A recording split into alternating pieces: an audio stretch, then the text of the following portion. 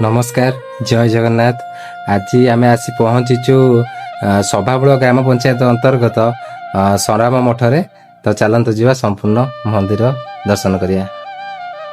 ओडिशार जगतसिंहपुर जिलार सराम्ब ग्राम अवस्थित सिद्धि श्रीक्षेत्र हेउची एक प्रसिद्ध धार्मिक स्थली जेउठारे माँ सिद्धिदात्री एवं सर्वमंगलांक पूजा करा जाए। यह एक शांत और आध्यात्मिक परिवेश मध्य अवस्थित जहाकू सिद्धि श्रीक्षेत्र बोली कहा जाए।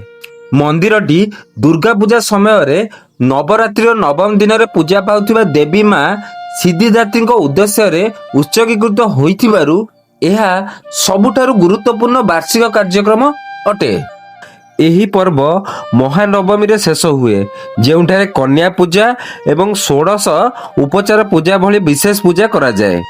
हिंदू मास चैत्र समय रे मंदिर प्रति मंगलवार दिन विशेष पूजा पालन करा जाए।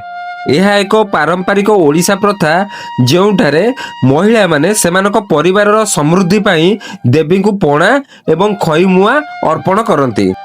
यही मंदिर रे बैशाख मासरे झामु यात्रा आयोजन करा जाए। यही विश्वासर पदयात्रा रे भक्त माने देवी को आशीर्वाद पाइबा पाई जळुथिबा अंगार उपरे खाली पादरे चली थांती। कृष्ण अष्टमी ठारू आरंभ होई महानवमी पर्यंत संपूर्ण 16 दिन पर्यंत दुर्गा पूजा पालन करा जाए। यही समय मध्य रे देवी प्रायतः प्रत्येक दिन विभिन्न बेशरे सज्जित हुअंती। स्थानीय ग्राम कमिटी एवं पुरोहित परिवार द्वारा परिचालित यही मंदिर। आशा करे यही भिडियोटी आपन को भल लगी जदि भल लगी गोटे लाइक करिवे। रहिले आज्ञा जय जगन्नाथ।